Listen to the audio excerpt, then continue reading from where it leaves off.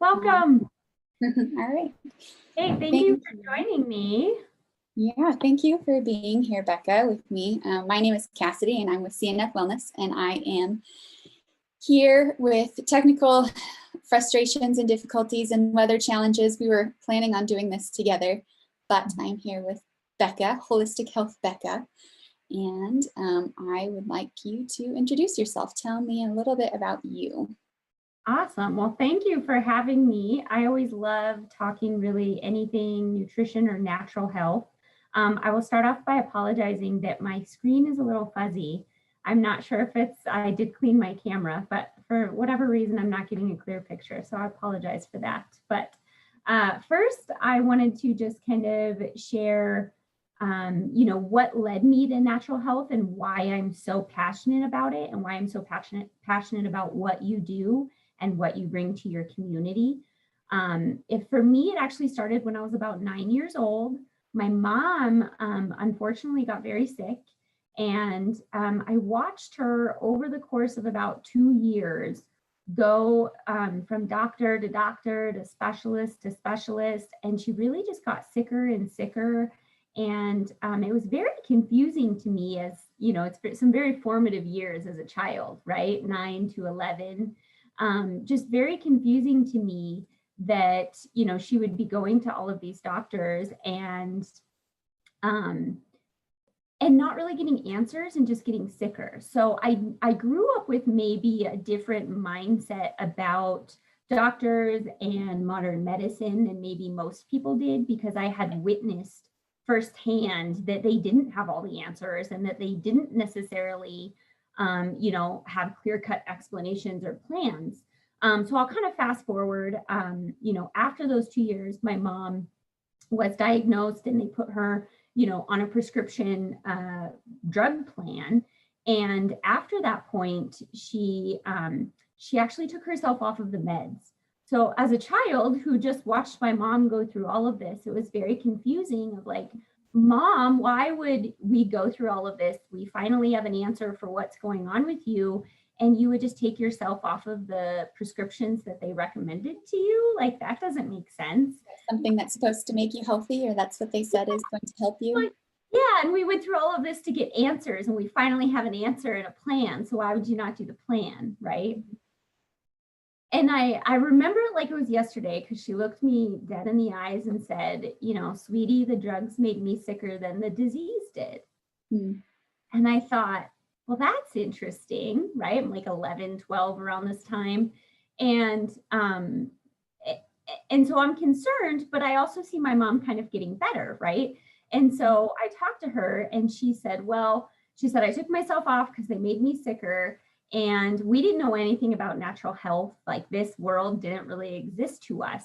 But she started noticing that certain foods she would eat would make her sicker than other foods. So she started keeping track just on her own of like common sense. If I eat this, I don't feel so well. So I'm going to try and not eat that. And when I eat this food, I feel right. And so she kind of started managing it in a way we now do with clients, right? With food logs and whatnot. But she was doing that, and I was watching her kind of feeling better. And so it was just very fascinating to me to, go through that experience, kind of grow up with this mindset that maybe doctors shouldn't be up on this pedestal. Maybe they don't have all of the answers. Maybe we should question things more. Maybe we should seek other answers. And kind of long story short, I went through my own health, journey of restoring my health. And I immediately went the natural route.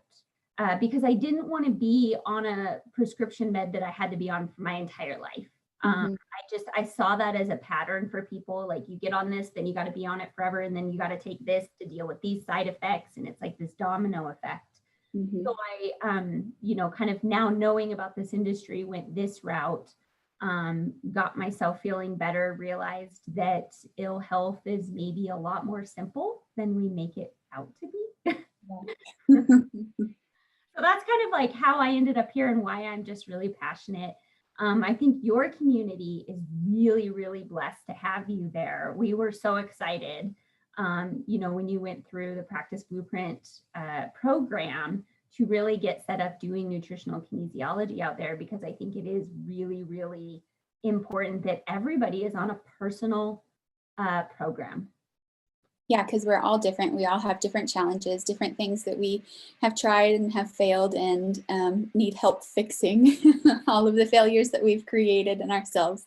I know my story is kind of similar. If I tried to do something to fix my health and it didn't quite work, and then it caused a reaction of a tumble of different types of secondary issues that you just had to deal with the core root of the issue, and they all kind of resolved themselves.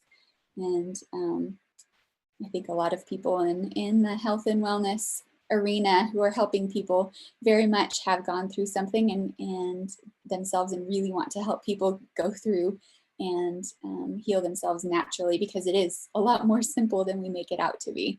But it is not an instant fix either, which is a little bit frustrating, which I think gets in the way of us continuing the process instead of it just being a overnight success and take this one pill for 5 days and you'll be fine. Yes, we don't have the magic pill overnight to get everybody well, but you shared some key things in there that it is really more, it's about getting to that root cause, right? It takes some time, but it's more simple than we make it out to be. Like one of the biggest things we teach is that, virtually any illness is usually one or two things, or a combination of the both, and that's too much toxicity in the body. So the body's not performing optimally, it's sending us these red flags, and or nutritional deficiencies. In today's society, I think most people have a combination of those two, and that's why we see it manifest in all of these different health concerns. But if there's anything else you want to share from your story, please feel free to, because I think that can be really powerful too. I think, just kind of targeting on the toxicity aspect of things, is sometimes we ignore those red flags or we cover them up with a Band-Aid. Like part of my story is I had really severe acid reflux, and I was put on Prilosec for a while, for years, when it's only supposed to be kind of a week or two kind of fix while your body resets itself. And it was never 1 or 2 week, it was years of me being on Prilosec, which depletes your body of other nutrients, and which causes a whole host of other issues that you're having. So vitamin D levels crash, and your mood and your immune system crashes, and vitamin B levels tank. So your adrenals and all of your endocrine system is all over the place, and your hormones go crazy. And then all of a sudden your mind is feeling like you're crazy because the doctors are telling you everything is normal, all because of one tiny little Band-Aid that you put on for heartburn. Which turns out because you're eating something that you shouldn't, that is causing a reaction in your body, some sort of allergic type reaction. And all that can be avoided by just avoiding the thing that caused the reaction in the first place. So really a very simple fix. Yes. Which is a perfect segue into why we are so big on food logs. And monitoring the foods that people are eating, and kind of our core focus of today's discussion. And I know kind of as we head into the new year, a lot of people are wanting to eat better, right? Or do better. I know I ate some things over the holidays that did not make me feel wonderful. So I'm looking forward to getting back on my nutrition plan too. I had my smoothie this morning. But yeah, it's just such a good example of, gosh, if we just remove the problem, right? What's creating the problem, whew, we feel better. Yeah. So what would you recommend for an ideal daily diet as we head into New Year's and starting to feel better nutritionally? Yes. Well, I think, it can kind of vary for each person, right? Everybody has to find what works best for them. But one of the questions I feel like I've gotten asked so often is like, what is better, right? Paleo or keto or Whole30 or this or that? What is the best? And I'm like, whichever one you will follow. Because at the end of the day, if you look at what they all have in common is more vegetables or more plant-based foods. It's one thing that all of these different plants have in common. So So focusing on which one is the better fit for you. We have kind of a standard 6211 is what we teach at Country Doctor, with the understanding that we're going to be flexible on each individual person's needs, and also based on what comes up in testing too, right? Because as you know, you're going to test somebody who's going to have a completely different list of food sensitivities than maybe another person does, right? So it's always going to be individual to each person. That's why I think muscle testing is like the most amazing thing in the world. But 6211 is basically like 6 different vegetables over the course of a day, thinking like the rainbow, right? Colors of the rainbow. They don't have to all be green. We can get some other colored yellow and red ones in there, get some different flavors. But 6 different vegetables, ideally, 2 different fruits. And then we typically allow like 1 protein and 1 starch. So obviously if somebody is a vegetarian, then we're going to work with them on that. Maybe somebody eats more than 1 protein a day if they're more of a paleo eater. Again, I try to not like put it in like a box that it has to look exactly like this. But if you just aim to eat more real, whole, plant-based foods, like that's usually where people feel better. And then, one thing we typically recommend is like salads and smoothies. Right? I know you teach this too, right? Is like, these are kind of some very simple ways, because people go 6 vegetables. I don't want to eat 6 vegetables. It's so challenging. Yeah. Yeah. If you have a smoothie in the morning and you put superfood in it, right? Which is kind of our add-in for concentrated greens in a smoothie, and you put spinach in it, right? You already have like, and superfood actually has multiple in there. So you're getting even more, right? But you have 2 vegetables right there, just in your smoothie.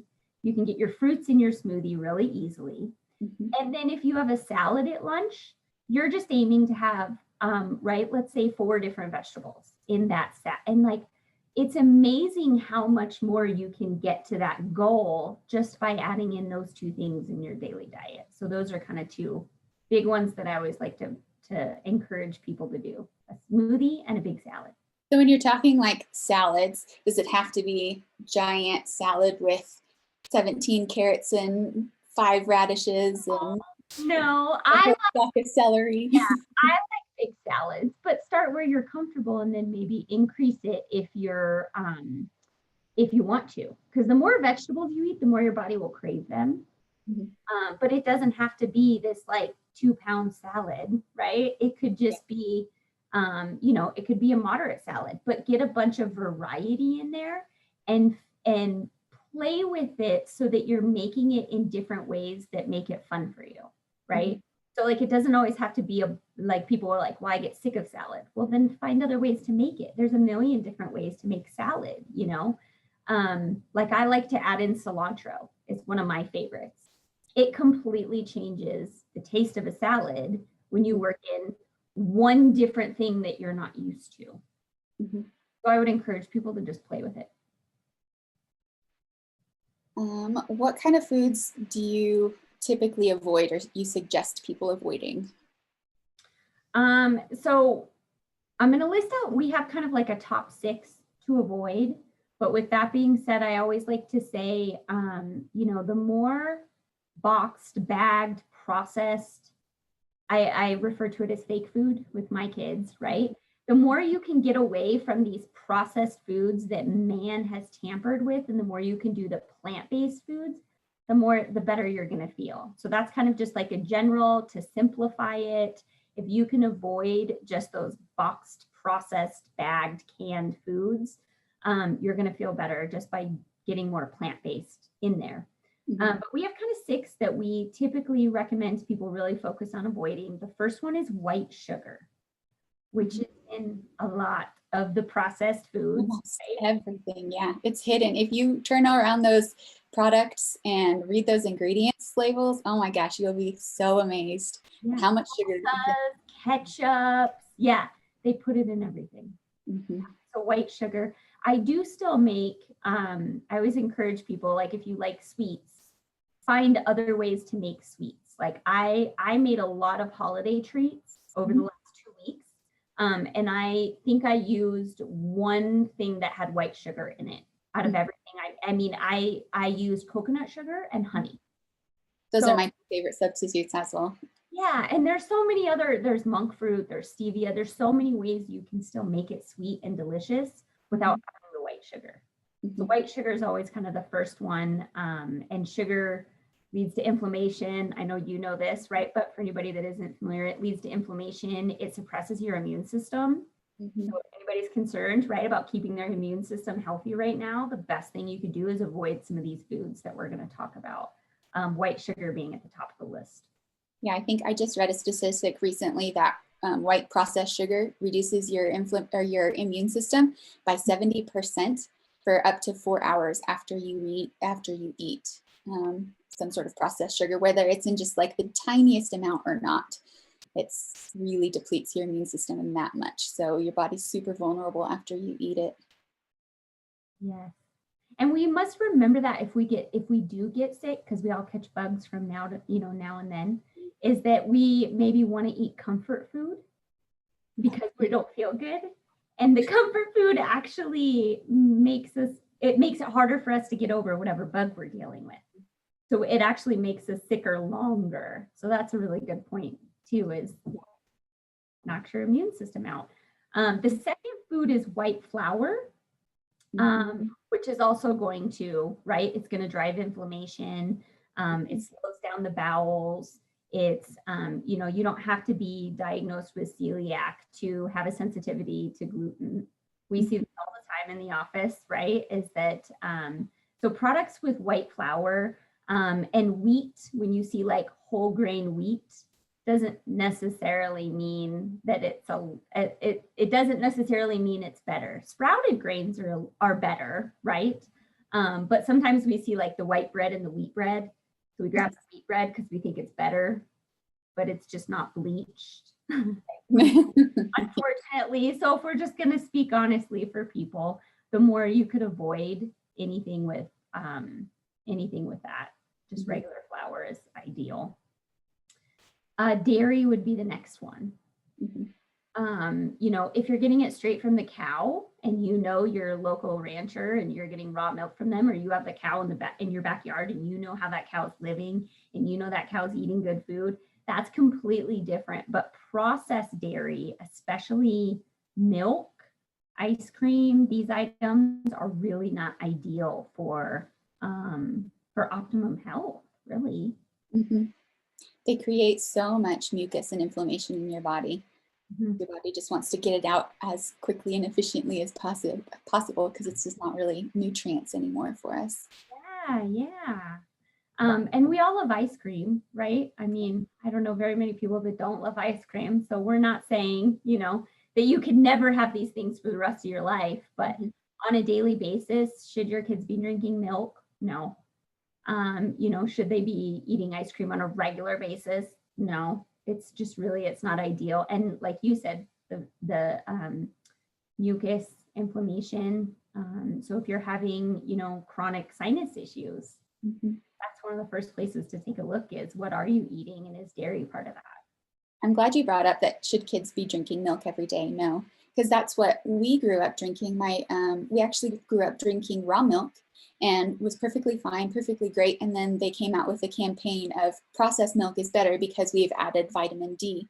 So my family switched over to processed, shelf-stable, vitamin D infused milk from the store. And that's where all of my sinus issues came from. And that's where I started taking the Prilosec, is because all of my sinus issues was caused from a heartburn issue from the milk that I was drinking. That everybody thought was good for you. We were all told and fed that this is better for you than eating or drinking milk raw straight from the cow. And my mom, when we found this out, like we both learned this, it was just kind of this revelation of, oh my gosh, I was hurting you in the process and I was trying to help you grow strong and healthy. And how would I know, how would we know until we have these conversations like you and I are having of, no, this is not exactly nutrients. This is fake food because we have processed it so much and taken out all of the good stuff and added in worse stuff for us. Yeah, most people don't realize that the processing, right, of it is they pasteurize it. which we're sold. It's a great marketing campaign. You got to give them props. But we're kind of sold that this is what's better for you. But what happens is they actually kill all of the good stuff that's in the milk that we would benefit from, gets killed essentially in the pasteurization process. And then on top of it, they will add sugar to make it taste better. So like I'm a big fan of letting people know, don't drink skim milk. That's not better for you. Just more sugar, right? But it is good for people to know. And I think every parent goes through something where they did something for their child that they thought was good for them. I've done it, right? We all go through this. I think that they were doing this good thing for their child and they realized later that it wasn't ideal for their child. And then they are like, oh no, I meant, right? But so if anybody's watching that has, maybe has their kid drinking milk, don't feel bad. Like we've all been there, but then get them off of the milk because they really don't need it. And if you are wanting to make sure they get enough calcium, almond milk, coconut milk, those are natural plant-based sources. And in fact, almond milk has more calcium than cow's milk. So, and then there's I could kind of go on. We could do a whole show on milk. Maybe I'll add it to my list with Dan. Yeah. Okay, so the next one is pork. And this sometimes people don't love to hear. The reason that we say pork is because it's extremely parasitic. So even if you like cook the pork extremely well done, and we think we've killed everything in there, unfortunately, it's still very parasitic. And so maybe not saying you can never eat pork again, because we got people, we have many clients that still eat pork. They will never give up bacon. Yep. Yeah, we all love our bacon. Maybe just be prepared to do some extra parasite cleanses. Because that is an option. Yeah. Yeah, just be prepared. If you are a pork eater, then you want to get with Cassidy and you want to be on regular parasite cleanses. I do them on and off throughout the year because I have pets in my home. So even though I don't eat very much pork, but I do have pets in my home. So we're exposed to parasites through so many different avenues, but just knowing that pork is kind of a higher chance of having parasite concerns. Yeah. And then foods fried in oils. This is a big one too. Especially I would say avoid olive oil is one that maybe not most people, but a lot of people maybe don't realize because we, have been marketed that olive oil is healthy, which is a good quality. It is, but not when it's heated. So all oils, when they reach a certain temperature, convert to something else. It's in essentially the trans fat family. And so, whenever we're frying foods in oil, even if they're a better oil for us, we've converted them into something else that now is no longer good for us and our body doesn't necessarily know what to do with it. Right, the molecular structure just totally changes and then creates an inflammation process in our body, just like the sugar or the milk or the flour. Yes. And we all know inflammation leads to pain. If you have any kind of pain, right, in your body, foods would be one of the first things to kind of look at if you really want to reduce the pain and not just put a Band-Aid on it. That's a really good point. The inflammation leads to pain, because I don't think most people really do make that connection. It's just, oh, I'm achy today because of the weather, or I woke up stiff because of some other external, I worked at the gym too much, and we forgot that we also ate McDonald's French fries yesterday as well, and now all of our joints really hurt. Yes. Pretty much anytime you have that pain, and especially right in the joints and the stiffness, it's almost always inflammation. Dan says something like, you can have inflammation without pain, but you can't have pain without inflammation. That's just an interesting way to look at it. So if you do have chronic ongoing pain and stiffness in joints and this like excess swelling, then yeah, you really got to look at what inflammatory foods potentially are contributing to that, because they're removing, sometimes it can be removing one food for somebody. Yeah. Right? One food can make all everything the difference. And if you reduce that pain, it could be life-changing for someone if they're in chronic pain. Yeah. living and thriving versus just surviving can be a big motivator. Yeah. Yes, absolutely. And then last one is margarine, because it is not a real food. Right. Dan has a fun story he tells, but I'll let him share that for another time, or you can add it to your nutrition class in the future. But margarine is not a real food. You know, the slogan, you can't believe it's not butter. Believe it, it's not butter. It's really not. Yeah. I do this with my kids when we're looking at, I'm showing them foods like in the grocery store. They're like, can I have this? Can I have this? I'm like, oh, that's a fake food. So I'm just trying to help them understand that if it's in this package, right, and how it was processed, we call that a fake food because it's not something that Earth grew for us to nourish our bodies. And so if we just like simplify it down, you know, that's what helped me understand it, you know, in those simplistic terms, so that we're not analyzing every individual food on whether or not it's healthy or not. If you've got a bunch of ingredients that you don't know what it is, it's not a real food. It could be really simple. So yeah, because our bodies are designed to recognize natural things, and then when we start manipulating things and adding them into our bodies just don't really recognize it and don't really know what to do with it. So it either stores it away in a fat cell, right, and just creates a toxic environment, or tries to process it out and runs into complications then. And then we have like overuse of organs and organ failure, and where we get diabetes too, where our pancreas is just tired of processing things that it doesn't recognize, and it just kind of quits. yes, no, you bring up a really good point, because when especially we've got the genetically modified foods, we've got these heavily processed foods, and our body doesn't know what to do with it. So it does a lot of the time store it, because it takes it in and goes, I don't really know what to do with this, but I might need it later, because our body's built for survival. So I'll just go ahead and store it here, or store it here, or store it wherever you don't want it to store it, right? Exactly. And it's storing it for later, thinking it's doing you a favor, when in actuality, it was a food that maybe never belonged in the body. And that's why the body doesn't know what to do with it.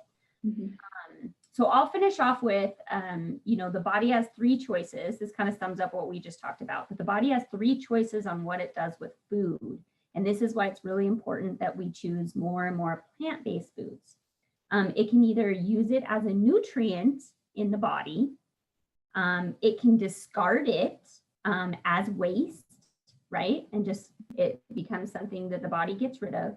Or like we just talked about, it stores it for future, not really knowing if it's going to need it for later, or not knowing what it's supposed to do with it. And that's where we get this toxic buildup in the body, that the body then gets to kind of a tipping point where it's got so much toxicity stored in there that that's why we have all of these things that start happening and manifesting, that we refer to as illness or disease. So touching on number 2 is kind of processing it out a little bit, or creating some toxic environment without processing it out, and moving into something that most people don't talk about is bowel movement stuff. And you had talked about flour slowing down your bowel movements. So what is an ideal bowel movement schedule? I know most people don't like to talk about this, but most people don't know. They just have no idea. Yeah, no, it's a great question. So ideally, you would want to go 2 to 3 times a day. What I know, a lot of 3 times a month or a week, but a day. A day. Yeah.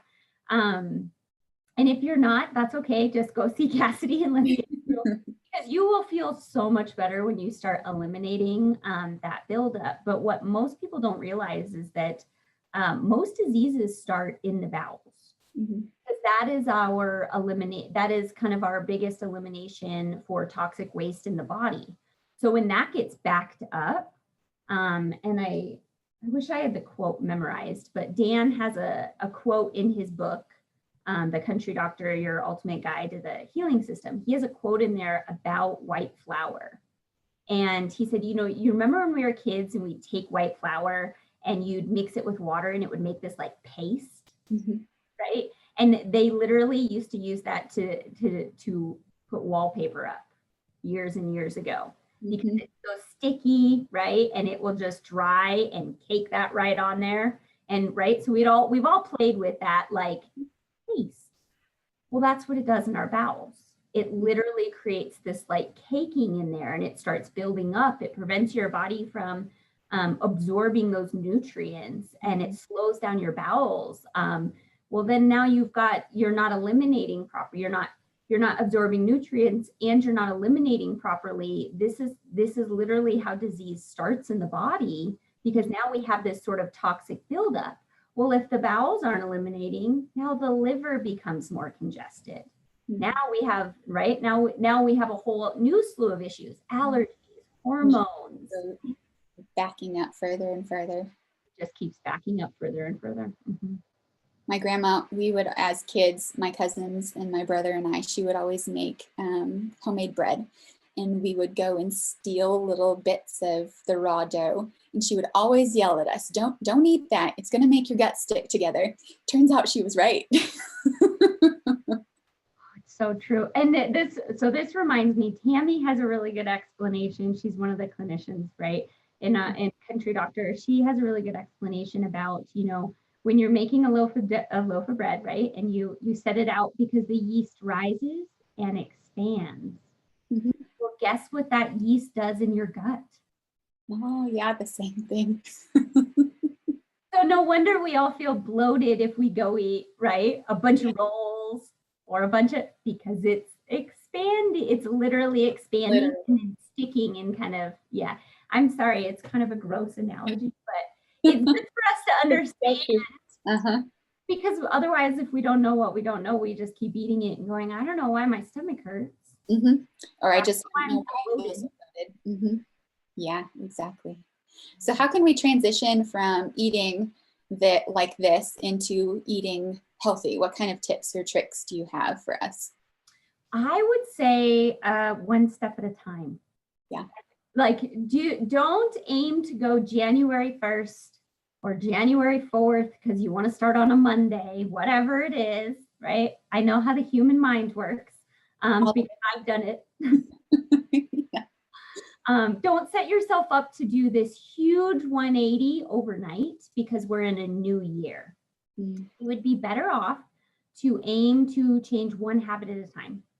I usually recommend maybe it's one habit a week, right? So maybe in this next week, it's just a smoothie in the morning. You're going to start your day off with a smoothie in the morning. Then maybe in the second week, you add in the salad, having a big salad at lunchtime, right? And so instead of taking away and doing this huge flip over, I mean, I would love it if we could do that, but that's just too tough. I don't want to set anybody up to fail. Is that I always joke, it's like the movie, What About Bob? Do you remember that movie with Bill Murray? And he's like, baby steps. I always think about Bill Murray and What About Bob because I love that movie. But it's literally, you are better off setting yourself up for baby steps and doing one thing this week and then doing one thing next week and then one thing the next, and do this gradual progress. Don't set yourself up to do like a huge 180 overnight. It's tough. I've done it, but it's tough. Yeah, and it doesn't seem to last for very long either because you just get tired. And if you're on all of those things that give you inflammation and then all of a sudden take yourself off of them, you could have this kind of reverse Alzheimer's response. Yeah, you feel overwhelmed and kind of sick too because your body was used to eating toxic things and now it's like cleansed all at once and it's just a painful process, right? Yeah, it could try and dump too many toxins at once, which becomes physically overwhelming to the body. And then it confuses the mind because the mind is thinking, I just did this good thing for myself. Why don't I feel better? But that's why if you take it step by step, then you can kind of gradually work with your body and you will, you'll feel better gradually. It'll be more sustainable. You'll be more likely to stick to it. Focusing on developing these just good habits, right? Like I said, start with the smoothie, start with the salad, start with increasing your water intake, right? Do just some of these basic things, and then you might naturally turn away from some of these processed foods. Whereas if you try to do it all overnight, you may feel deprived. And right, when we feel deprived, we sort of go into like toddler mode of like, no, I want it my way. Yep. So we'll get cranky and then we'll overindulge anyways and feel bad for both of them. Yes, yes. Awesome. Any other questions? This has been really good. I hope everybody's getting value from it. And I hope like anybody in your community comes and sees you.